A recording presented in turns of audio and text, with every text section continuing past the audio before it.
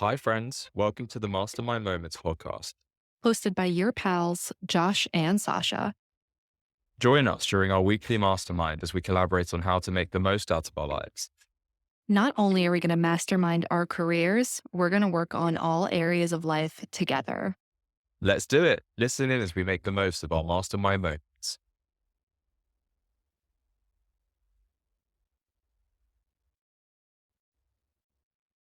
Hi. Hello. Oh my God, it's good to see you. It's for the people listening, it's only been a week for you guys, but it's been 2 weeks for us since I've gotten to see Josh's lovely face. Still cleanly shaven like a fresh spring chicken. Constantly cleanly shaven at the moment. I feel like I regret the beard. My girlfriend finally told her parents about us last week. And it was quite funny the way it happened. So her mum approached her and said, I want to set you up with someone to marry. You're getting to Yeah. the age now where you should start be thinking about marriage and thinking about your life future and kids. So I have some men in mind. I'd love to introduce you to them. And she was like, oh, well, the thing is, and she was forced into it. But she sent her parents a few photos of me, one of which I had a beard. It was a photo from her graduation where I had a proper beard. It was like quite grown out. Well, not proper beard. Yeah. You know how my beard gets. It's not real, and they didn't like it. So this is me for good now. Oh my goodness. Wow. Well, I'm glad that I love that we just jumped right into that because we talked a couple weeks ago and you said it was like bothering you that she didn't tell her parents, but it's great that she's told them, and Yeah, I think it marks a really significant step in your relationship because, I mean, I'm half Indian, I know how that can go, like, I know your girlfriend's Indian, and I know the cultural challenges around dating someone outside of the culture is really significant, so it's a really great step in your relationship too. yeah, So how definitely. I are mean, you feeling, like, it's better about it? yeah. I mean, obviously, the last time I sent you a proper update, it was one of the things that I was saying was impacting our relationship. But yeah, no, it's good news. And she felt like a huge weight was off her back. So her parents were super supportive. They said it doesn't matter who you're dating as long as you're happy and as long as he doesn't have a disgusting beard. So they didn't say that, but that's basically what they said. If he has the beard, let him go. Yeah, absolutely. You're not allowed to date a white guy with a beard. Yeah, wow. Just a white guy that's freshly shaven. That's fair. Yeah, That's totally fair. yeah. I mean, the clean shaven look is a good look for you. I So, prefer it. I look much younger. I look much yeah, best not to age yourself, you know? no, exactly, exactly. And We this wear weekend, sunscreen, skincare. yeah, yeah, Yeah, this okay. weekend, sorry, just quickly, this weekend I have to pass for 22 years old, so I really have to shave. Wait, I'm sorry. I'm sorry. Let's back up. Let's back up. First of all, for the people at home, last weekend was Josh's birthday, so happy belated. Thank you. But why did you have to pass for 22 when you turned 20 fucking 8? Well, so I bought soccer tickets for this Saturday, and the under 23 tickets were cheaper. So I decided to buy the under 23 tickets, and I have to drive 3 hours to get to this place. So it's not like it's close or in London. So we'll see how that goes. We'll see how that goes. Wait, so you did go to this game or you did This not? is this coming Saturday, so 2 days. Oh, Yeah. okay, okay. Wow.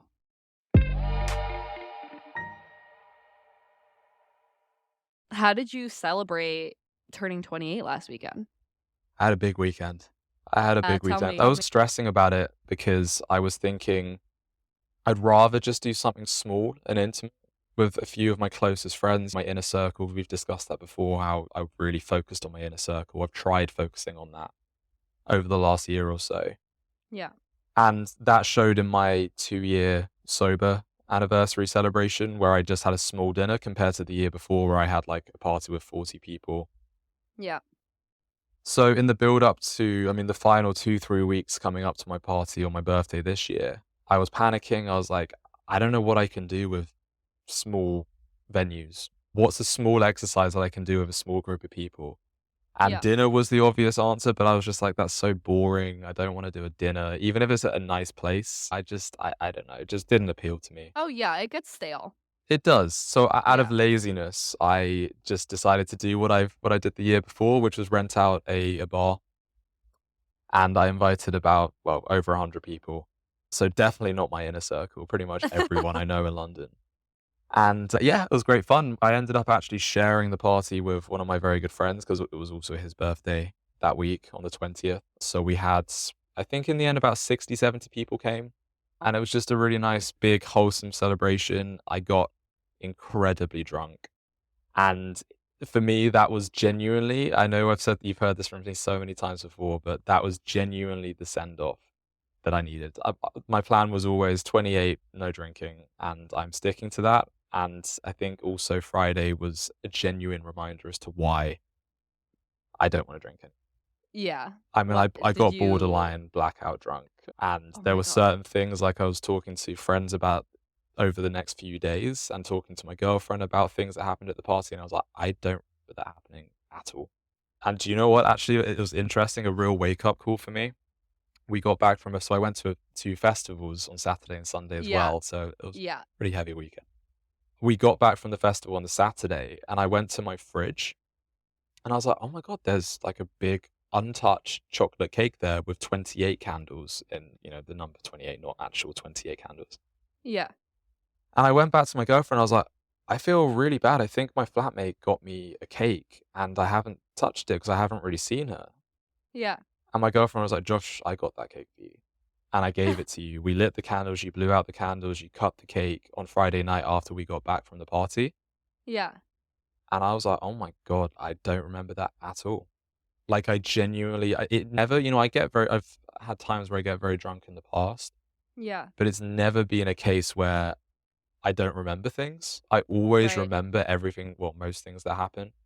Right. But that to me was a big wake up call because she was a little bit upset because she'd made Yeah. the effort to buy this cake for me, to get candles, she'd brought it out, and A, I was too drunk to eat it at the time or to even really pay any attention to it except for blowing out the candles, Yeah. and B, I completely forgot about it. So, It's pretty crazy. poor boyfriending from me, but it was a wake up call.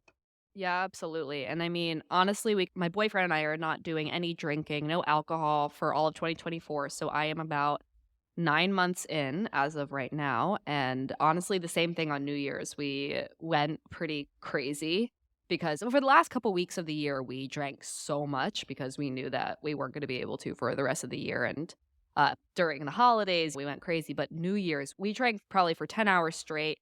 Paul doesn't remember. He like blacked out. He doesn't remember the end of that night at all. I do because I was the one cleaning up the mess. And out of the respect for his privacy, I'm not gonna tell that story publicly, but Josh, I think I might have told you, but Yeah. Yeah. I told Josh it was not cute. And honestly, it was a great reminder, like, when you get super drunk where it's you make mistakes and you regret your actions and you almost have anxiety the next day or next couple weeks or days over, "Oh my god, what did I do? Like, why did I mess this up? Who is that?" And also the hangover itself, like, it's a great reminder of why we stopped drinking for the year. Yeah. So you're doing the whole year 28 with no alcohol or other substances. Yes. Yeah. So the plan is, and this isn't the plan, this is what's happening. It's not just a plan, it is happening. Yes. Yes. 28, no drinking. To be honest, I might even just stop drinking completely. Maybe save it for a special occasion like my birthday where I can have a bottle of champagne or something to celebrate. But Yeah. otherwise, no drinking. I'm not allowed to spend any money myself on drinking because that was Okay. one of the main reasons that I'm stopping is because it costs so much money. So Yeah. much. It is the biggest drain on my bank account. We've Um, talked about this before on the pod. yeah, no, Yeah. exactly. So I'm not allowed to, even when I do drink, I'm not allowed to buy drinks myself. So right Okay. now, like I've got a stash of champagne bottles that when it comes to a special occasion, like my birthday, only my birthday, maybe New Year's, I'm allowed to Mm. have a couple of glasses, but I'm not allowed to get just a couple of glasses to enjoy the taste. Okay. And then in terms of other substances, I'm allowing myself again once a year for a really special occasion. A festival that has an incredible lineup. Once a year, I'm allowed to at the start of the year. I'll pick that festival out. Yeah. I'm thinking maybe EDC next year, but we'll Okay. see. We'll see. And yeah, that's the only time because I think this year I've averaged doing other substances more than once a month, and that's not Yeah. okay. It's really messed with my brain. It's messed with my health, my mental health and physical health, and it's not good. Yeah, the emotional roller coaster that you go on because, I mean, I hear it, right? Like, I hear the weekend before or, like, leading up to it, you're like, "Oh, I'm not gonna do something, I am gonna do something," and then the week after, it just messes with you so much, the ups and downs, that it throws your whole week into a swing, and then you have to take the entire week to recover, and then by the end of the week to the next weekend, you're going out and partying again. So, my question is, because we've been having this conversation even before we started recording the podcast, even when you came to visit in March for Ultra, you said you weren't going to drink and weren't going to do other substances. But then, and you've made this promise to yourself. I've heard this 3, 4 times from you that you weren't gonna drink or do other substances. And again, it happens that we slip up. We have goals, and sometimes when we make them too extreme, we've seen it with me with the food. Like sometimes I say I'm gonna do something and then I slip up with the food, and it's okay. Well, how do you create systems that make sense? But how are you actually gonna stick to it this time? 28, you have a whole year to really give it a shot. Like, how are you actually gonna stick to it? I think for me, it's partially about accountability. I've told everyone that I'm not going to do this anymore, that I'm not going to drink anymore.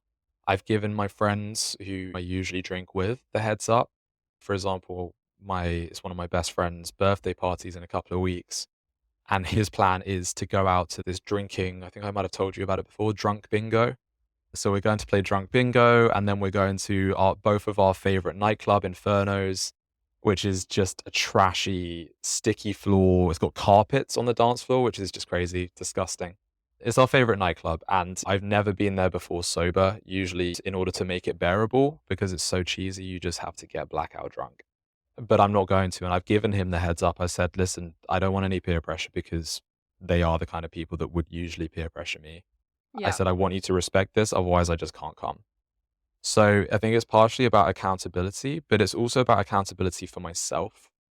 Because as we discussed on the last episode, I'm at a point in my life now where I'm 28. It's not old, but it's getting to a point where I should be starting to take control of my life. Yeah. I need to be getting serious about life and actually taking life on the front foot, basically, I think is the best way to put it.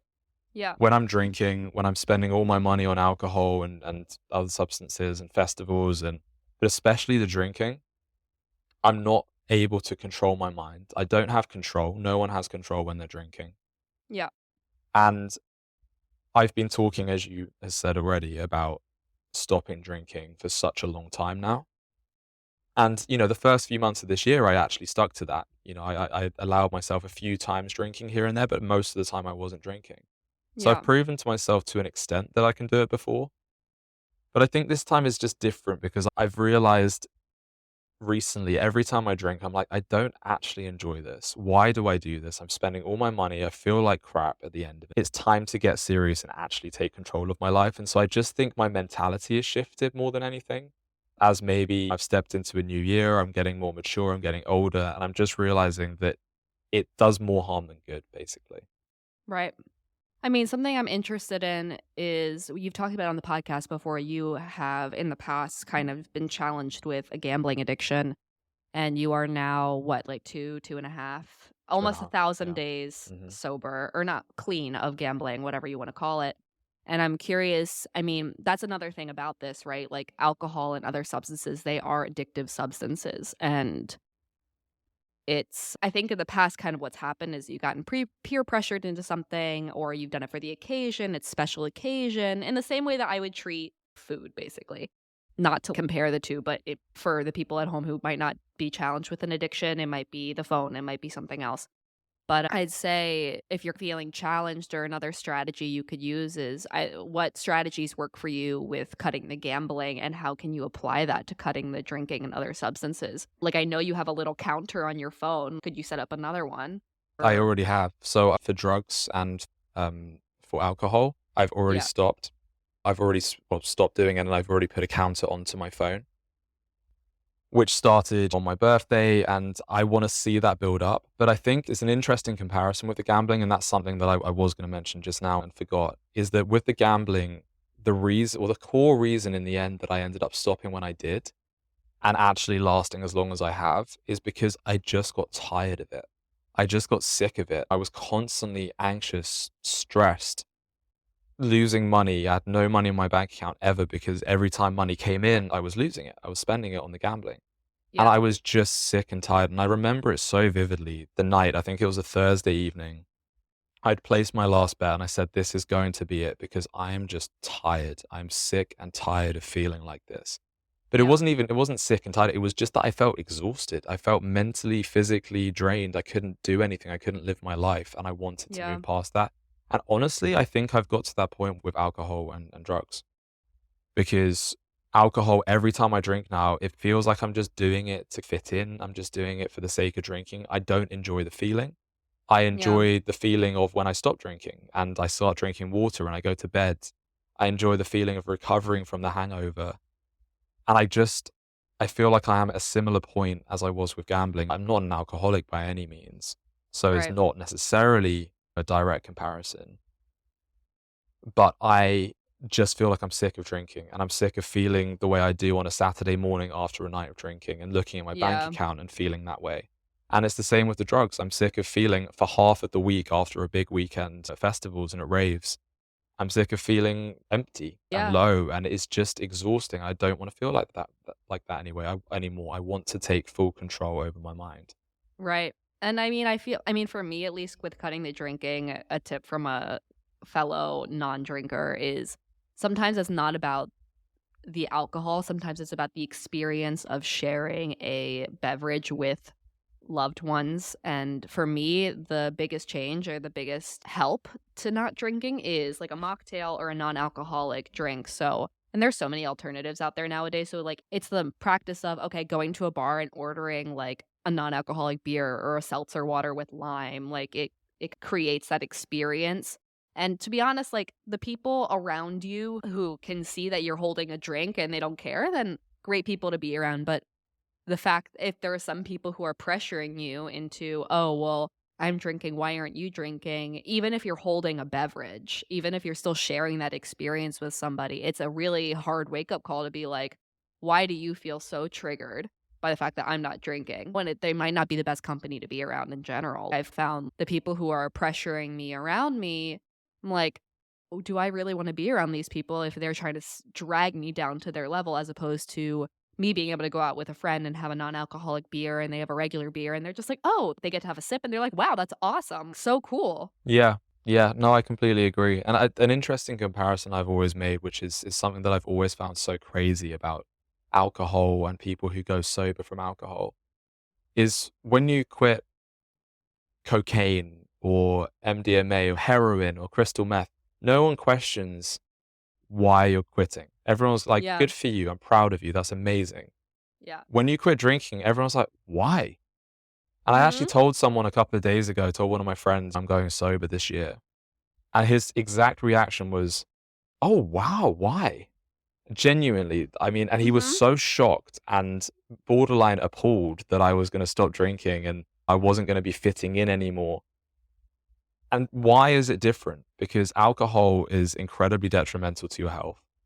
Yeah. It's not good for you. It's not good for your brain, for your body, for anything.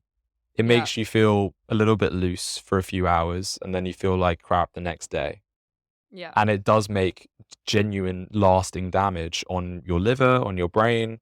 So why is it so shocking and not supported when people want to quit alcohol, when they want to stop drinking to better themselves? Yeah. But I mean, I got it's it a so completely different much. story. I get it so much. I mean, when we cut out alcohol for this year, every single person we tell, except for the people who don't drink. And in Miami, there's a huge wellness culture. So a lot of the people we're around in Miami, no one asks, which is really amazing to be in this culture. But outside of Miami, everyone, every single person asks why. Like, why are you stopping to drink? Like, and I give them a couple reasons. And sometimes it's, like, triggering for them. It's, "Okay, I have alcoholics in my family. It sounded really hard. Like, why does it sound so hard?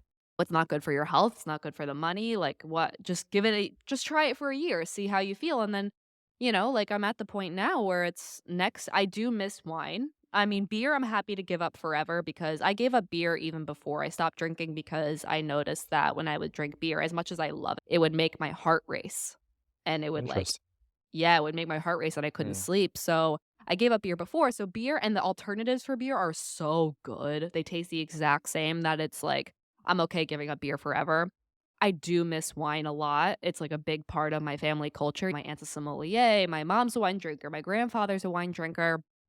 Um, my dad is one, unfortunately, but it is what it is. And I do miss the act of opening a real bottle of wine, and the alternatives are not good right now. Like I No. found one brand that's okay.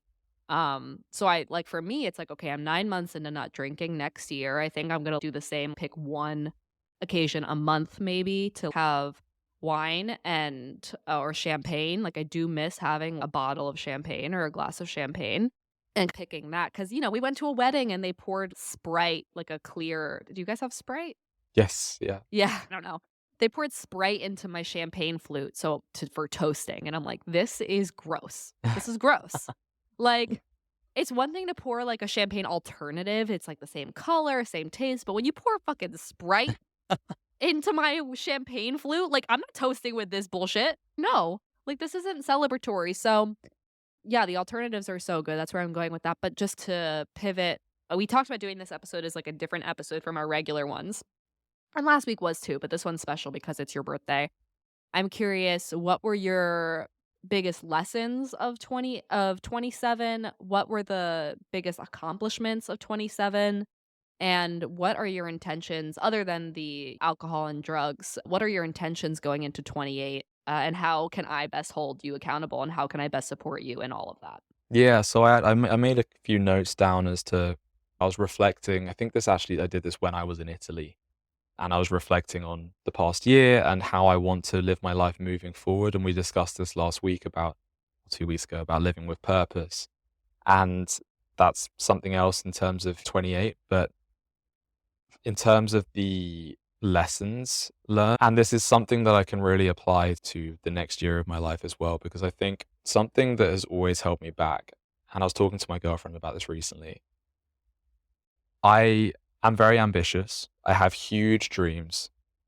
I want to be very wealthy. I want to be incredibly successful in many different areas of my life. But I look at the challenge ahead and I look at the end goal and I think, how am I going to get there? It's so far away and I get overwhelmed. And as a result, for the last, since I can remember, 10 years of my life, since I was a teenager, I look at those goals and I'm like, I just shut down. I just completely Yeah. shut down and I don't end up doing anything towards achieving them. Yeah. It's And super I relatable. exactly. I think a lot Yeah. of people do relate to that. And I think the most successful people, and we've learned this over the years in the Tony Robbins community, about making small goals to build up to that bigger goal. Yeah. And there was a quote that I came across this year. I don't remember when it was, a couple of months ago. Don't look at the whole mountain. Take one step forwards every day. And eventually the top of the mountain will start to become clearer and clearer. Yep. And that tiny step every day is going to feel like nothing. It's going to feel like, why am I even doing this? I'm so far away. But getting that 0.01% better is better than 0% better every day. Right. Because Right. 0% compounded is 0%. Right. 0.01% better every day is eventually going to be, you're going to get to the goal eventually. So I think I need a drastic shift in my mindset because that's one of the big lessons that I've learned over the last year. It's not something I really thought too much about, but it's interesting. Yeah. It's super interesting. So you'd say one of the biggest takeaways is not, I mean, it's great to have these big, ginormous goals. And something I've done in the last couple years is I have my annual goal and then I work backwards. So it's just as a great example, if my goal is to run a marathon at the end of the year, then I would work backwards and be like, okay, 3 months in, I need to be able to run 5 miles straight. And 6 months in, I need to be able to run 10 miles straight, something like that, to break it down into smaller chunks so that it's more approachable. Because I feel the exact same way. And that's something I've been challenged with in the last couple weeks too, is I have these huge dreams for myself and it's so overwhelming. And I'm like, how do I get there from where I am now? It seems so stressful. And I don't like, you're looking around and it's like everyone else seems super successful. What am I doing? Am I even going towards my goals at all? And it's like, how do you take the baby steps to get there? So you'd say taking baby steps and getting 1% better every day is the biggest takeaway of this year. I think it's the biggest takeaway. I think another very interesting thing And this is something that my mum taught me indirectly. I've I'm very lucky to have come from a fairly privileged background. So growing up, I had everything given to me when I wanted it. And I was also as bailed out many times when I could Yeah. have gone to prison twice very easily. There are many scenarios where I could still be in prison right now if things had gone badly. But every time I got into trouble, my mum would bail me out. And I'm incredibly grateful. But I think, and she would agree with this, it's taken away that element of hunger that a lot of people have. I think when there are no consequences, basically. I grew up and I had no consequences for my sometimes disastrous, sometimes disgusting, in the case of that house party, actions.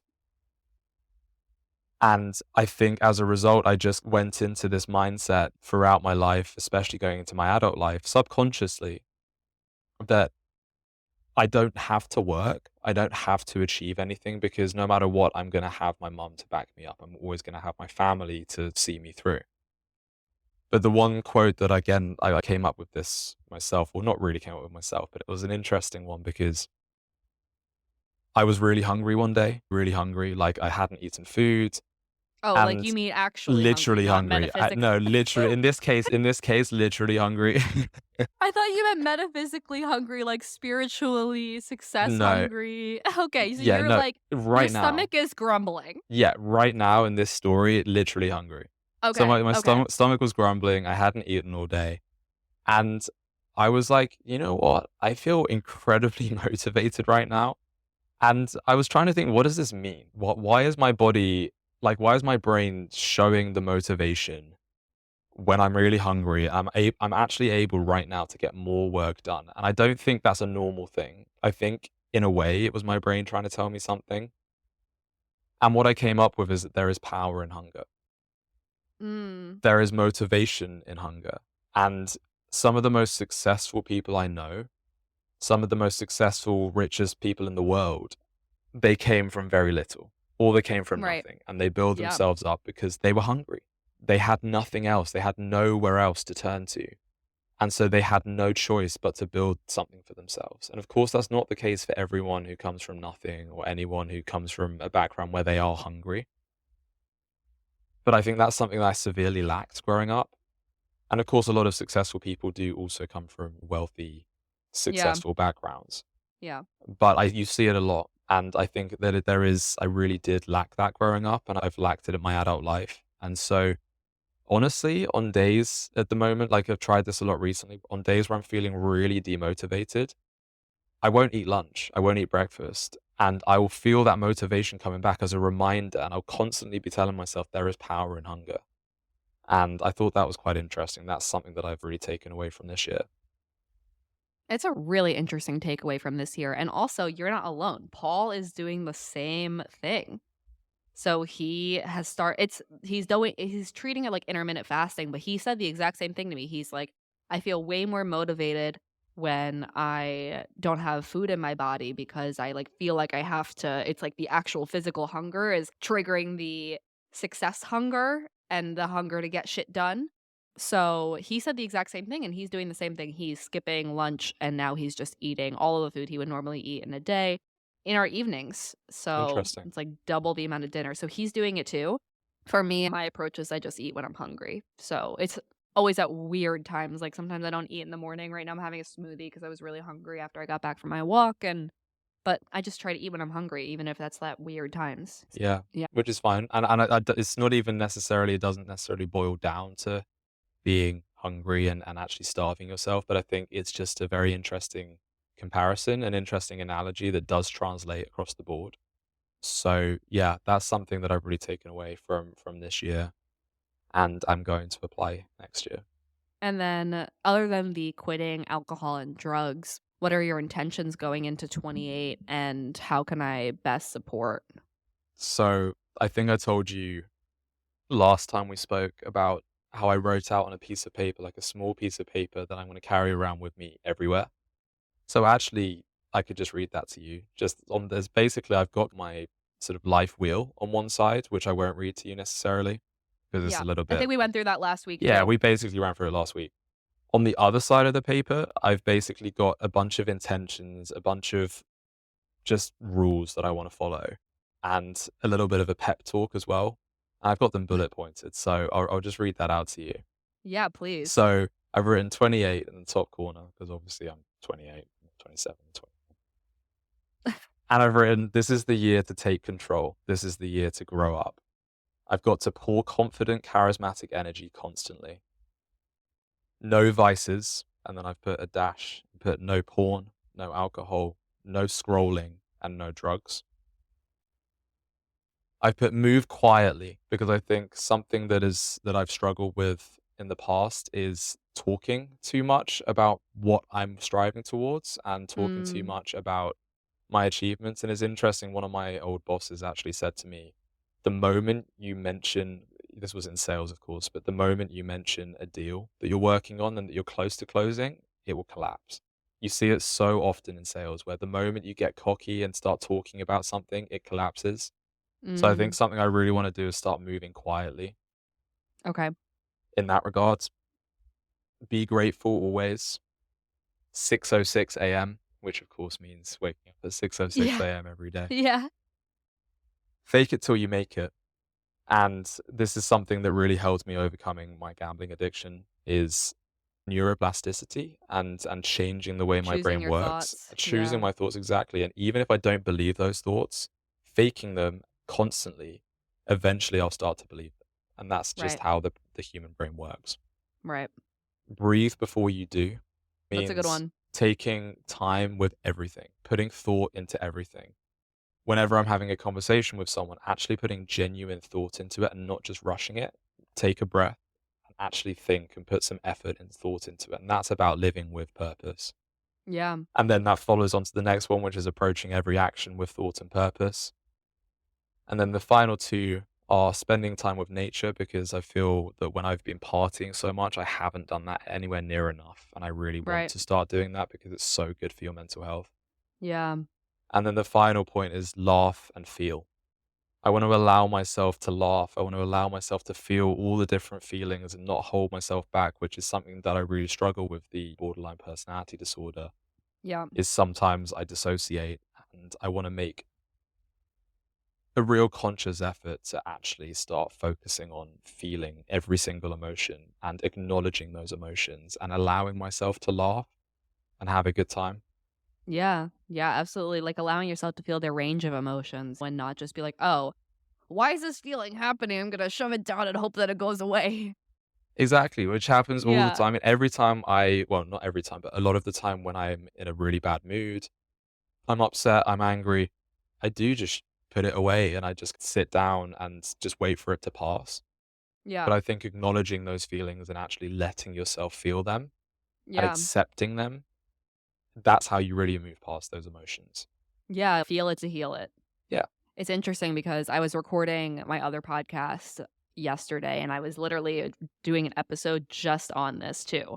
About, sometimes if I'm having a negative emotion, I'm almost angry with myself and trying to question, why am I having this feeling? Like, why am I feeling anxiety? Why am I feeling anger? Why am I feeling sad? As opposed to just like feeling that thing and just like letting it move through me. Oh, yeah, I'm feeling pretty sad. Maybe just like having a good cry and letting it feel and let it actually express itself the way it needs to, and then it'll just go away, as opposed to just being angry with myself and questioning, "Why am I even having this feeling in the first place?" Trying to almost analyze the emotion to make it go away, as opposed to feeling the emotion to make it pass. So, that's something I feel challenged with too, but it's yeah, allowing yourself to feel that is awesome. Those intentions are really powerful, Yeah. and you're carrying this paper with you everywhere. Have you been waking up at 6:06? No.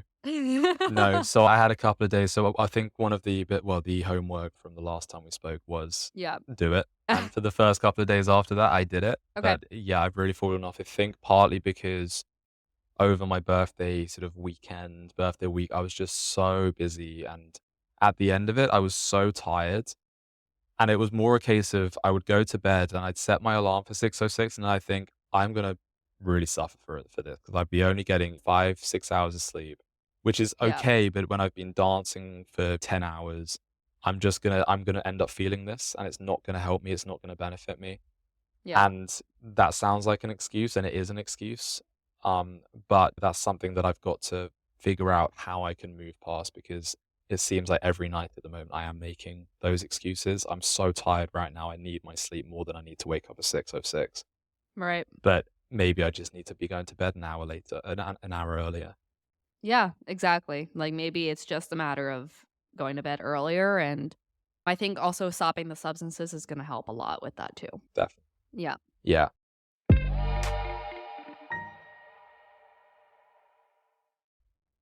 Anyway, so for Josh's birthday, I've also prepared something. I've decided to pull a list together of 28 things to either celebrate about you, wishes for you, just thoughts, maybe things that our audience does not know about you, Oh okay? god, okay. So some of these are funny, some of these are like deep, okay? It's just 28 things that came to mind when I was thinking about either things I love about you or want to celebrate about you or like my wishes for your incoming year. Okay? God, this is gonna make me cry. I know Josh is like a big words of affirmation person too, so let's see. Okay, number 1, you at raves. Specifically, when you either talk to everybody and your 2 phrases, which is, "Yeah, baby," or, "I love it."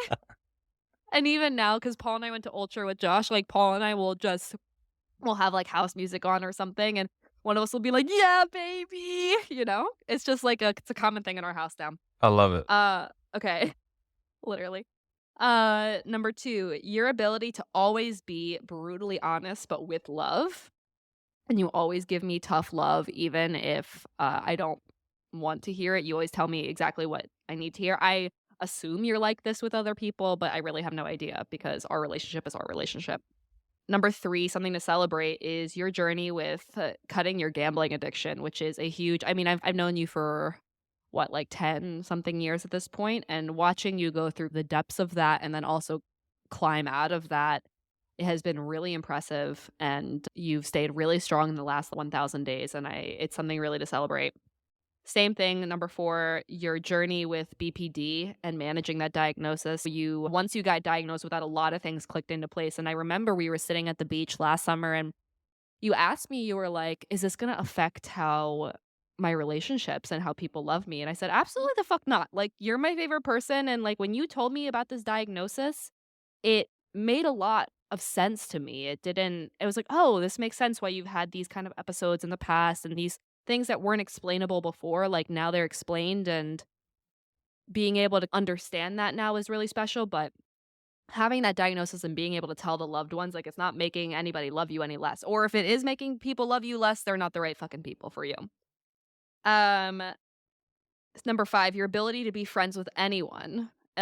Just as an example, I mean, at Josh at raves, obviously, he'll literally go up to anyone and be like, "Nice shirt, bro. You having a good time?" He'll just talk to anybody, but a great example is, my neighbors. So when Josh came to visit for Ultra, he met my neighbors and instantly Yeah. besties, like, loved my neighbors' friends, and they were calling Josh to invite him to parties in the middle of the night. They're calling Josh first. He's the bro. But your ability to just be friends with anyone is really impressive. And along with that, number 6 is your journey with your community has been so amazing. A couple of years ago, we were talking obviously, and you were saying that you were really unhappy with the people you were surrounding yourself with, and the people around you were just not aligned with your values. And I remember I suggested to you, I was like, "There's this YouTube channel I really like. It's Yes Theory. Like, they have a really active community. It's like your right kind of people. Just try and go in and jump into it." And since then, your community has been a 180. You've finally fallen in with people who are super aligned with what you want, and just watching that transformation is really inspiring to me because it's something I've been really challenged with moving to Miami. But, like, knowing that you've literally gone through it in your own hometown is so amazing to watch. Something that this audience might not know about you is I one thing to really celebrate about Josh is that he just takes leaps and takes risks. For example, he just he uprooted his life and moved to Dubai. Just out of nowhere, he was like, "There's an opportunity. I'm moving to Dubai," and he's like, "Goodbye. Goodbye. I'm going to Dubai." And, like, the ability to just take those leaps is really impressive, and that move to Dubai was really cool. You were only there for what, like a year or 2? Yeah, I was there Can't for a remember. year, and I did the same when I moved to Florida actually as well. Yeah. Literally with Yep. a week's notice because 'cause I'd booked a trip to visit my mom, and I was like, "You know what? I should just stay, shouldn't I? I should just move." And I did.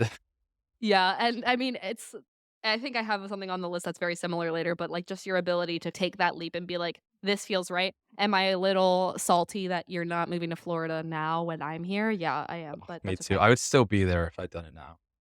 Oh, oh, sorry, next time you come to visit, you'll be like, "And I'm staying." Yep. And I'll definitely have a guest room. Hopefully, I'll have a guest room for you by the next time you come visit, and you can actually stay longer than a weekend and not sleep on my shitty futon, but hopefully. Number 8, basic one, you have an absolute love for travel and experiencing new cultures. And same thing with kinda 9, your desire to step outside your comfort zone is really awesome. Like, you just same thing with kinda taking the leap and moving to Dubai or Florida or traveling, like, you really haha, seek discomfort. Uh-huh. LOL. Number 10, your ability with words. I know you're a words of affirmation person, and anyone who's been listening to the podcast or anyone who's listened to basically this episode, Josh has a really amazing way with words and a really intricate and beautiful way of describing things and thinking about things verbally. So, like describing anything or reflecting on something, Josh is like the best at it. Number 11, your journey from being a total fuckboy as a kid Ah, to now. oh my god. I've known Josh since how old were you when we met? Probably like 13, 14, or something like Yeah, that. 14, I think, yeah. When Josh was a teenager, he was a total fuckboy, and not in like a ladies' man kind of way, but he was just like uh, just wild. Like, just as an example, I remember once he threw a house party, and I think that's a house party you were referring to earlier in the episode. He threw a house Yeah. party, and the cops got called, and it was a fucking disaster. And that's a whole other story, and I'm not gonna tell it because it's not my story. But watching from that Josh to this Josh now, where it's like a very wholesome pub night, or like celebrating with your friends is renting out a pub for your friends or taking your friends out to dinner. It's not like throwing a house party, trashing your family's house, and getting the cops called. Watching that journey has been amazing. It's been like 10 years basically in the Yeah, making. I feel like that actually goes hand in hand with the drinking, the drugs, and trying to move away from that as well, just mellowing out as I get older. Yeah, basically. It's just watching your journey from being a fuckboy to a wholesome boy. It's progressively gotten less and less every year, which has been really interesting to watch. Number 12, you always bring the best vibes in the party with you. Always. Like, you can all like, we'll drop you in a situation and Josh is the party. Like, he'll bring it with him. He brings the good vibes. That's why my neighbors fucking love Josh. They'll call him and be like, come over. Like, Josh's good vibes always, he can match the vibes. Always good. Number 13, you lead with your heart.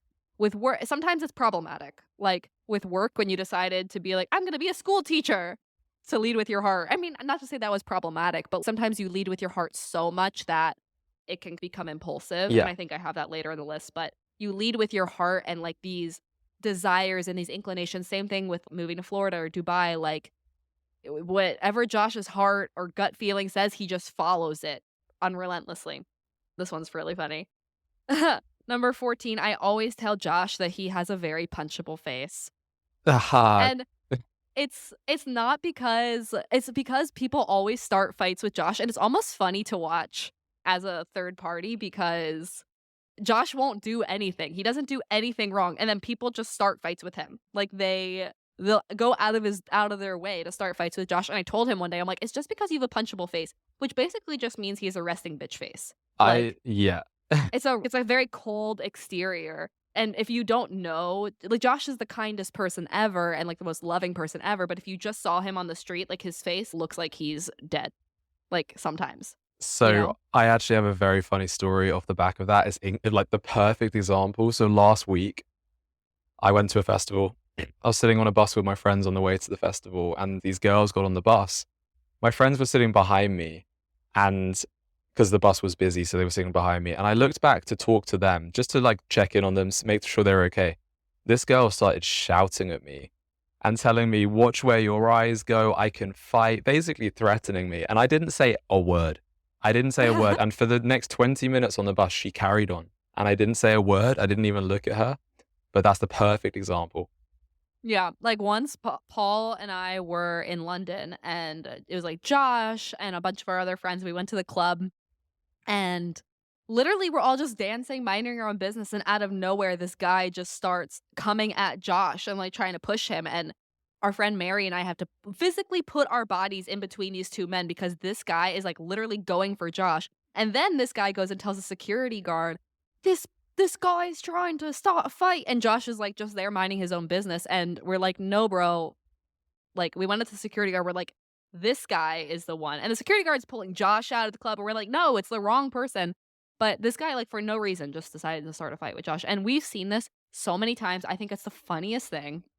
It's just because, like, I when don't. you're not talking and you just have your normal expression, it's like a resting bitch face that is very it's, like, cold, so people wouldn't know, but I think it's hilarious. And I know you don't, but I think it's funny. As your friend number 15, I've watched you fall in love, I don't know how many times, like, I think at least a hand or 2 full of times I've watched you kind of fall in love with people, but you fall in love, like, heart first, and it's almost like it doesn't matter what the obstacles are between you and your significant other, like, you fight to make that work, and you fall in love heart first, and I've seen it, like, you've done long distance with people, like, if you're committed to somebody emotionally and with like, romantically, you are there. You number 16, you dive headfirst into projects. So, for example, the time you wrote a book, our project right now, you had another project with another one of our pals that's no longer a pal. Like, you start these projects and you just dive in headfirst. You're like, "Okay, cool," and you just go and you just do the thing. I know you're working on other projects right now too, and that's really cool to watch, like, you just dive in. Uh, Number 17, a really basic one, really surface level, your love for football.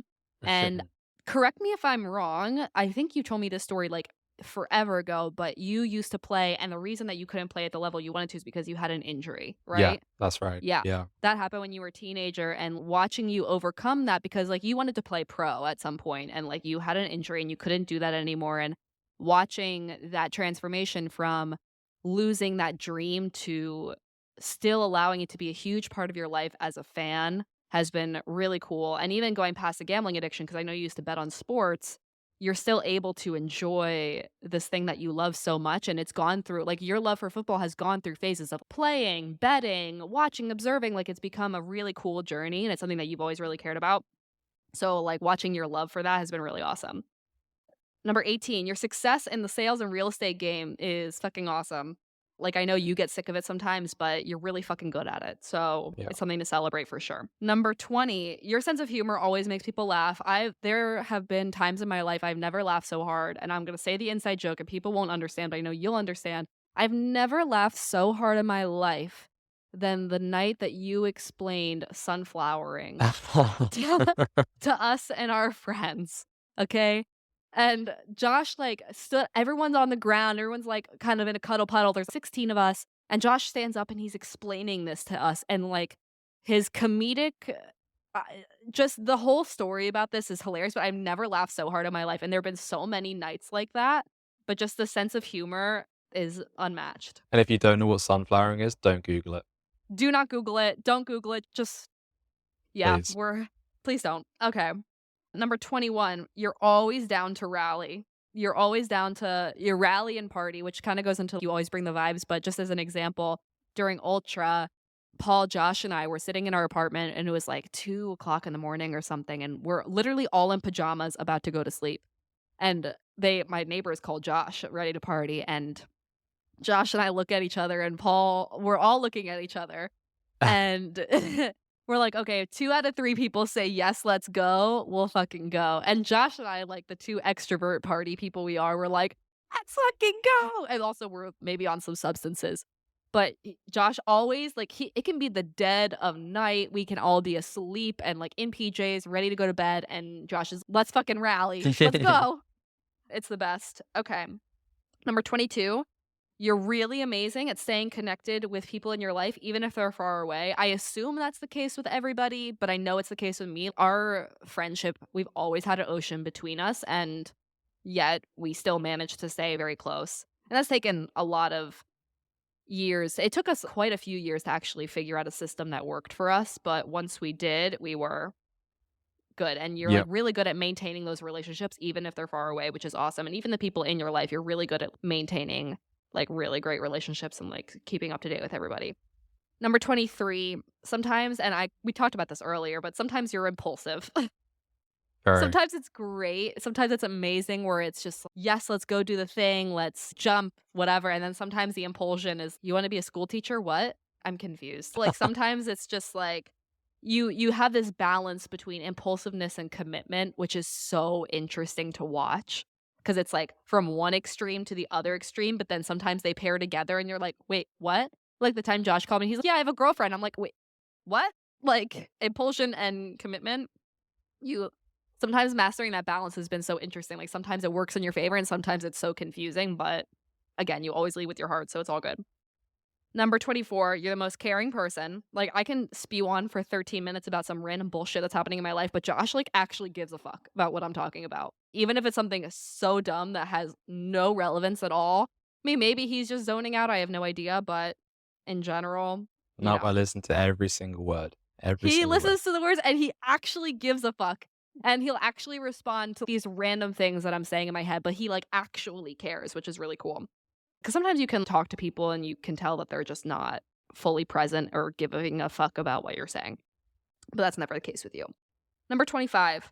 These are wishes for you. Oh, I have a wish for you for thriving success and fulfillment in your career and your finances because I know that's something you've been really challenged with. And I hope, no, I'm like wishing for you and I'm manifesting for you this year that we figure this out. Like you will figure this out and this year will be the year you're going to take control of it. So super excited for that.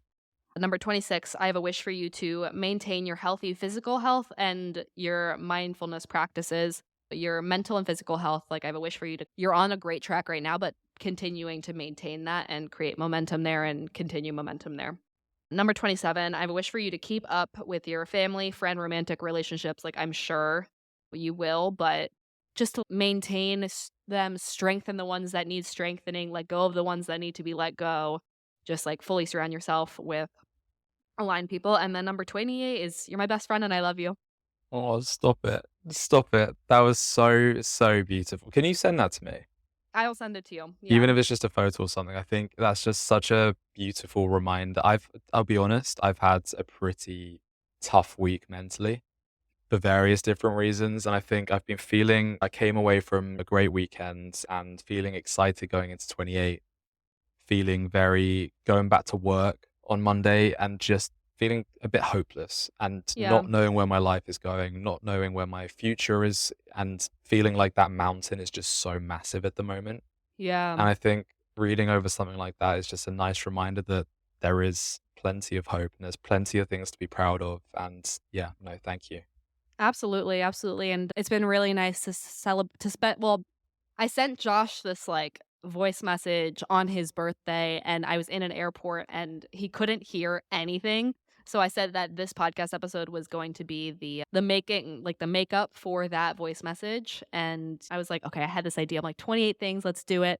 So this episode was really special to celebrate Josh's birthday, turning 28 and it was like it was a different format from what we normally do, but it's good to take breaks from what we normally do every once in a while and mix it up, especially at the beginning of new seasons, new years of life, it's really great to actually take some time and some deep reflection about where you've been, where you're going as your like accountability partner and your mastermind partner, like how I can support you and all of that. And I'm really excited for you this coming year. And thanks everybody for listening. It's been really exciting. And I know we didn't dive into the regular stuff but next week we'll be on our regular jam and it's been really awesome to celebrate you for this Thank you. hour. Thank you. And I've really enjoyed it. And I mean, I think it's made me very excited. As I said, it's been a tough week mentally in trying to get myself hyped up for this year. But this Yeah, is exactly what I needed. amazing. I'm really excited and we'll get back next week and we'll be back on our regular scheduled programming and we'll see what else we can mastermind for this special year. Can't wait. Awesome. All right, we'll see you next week, guys. Bye. Bye. We hope you enjoyed this episode. Don't forget to subscribe, leave us a review, and follow along on social media. If you would like us to help you mastermind something in your life, please send us a message. We'll see you next week on the Mastermind Moments podcast.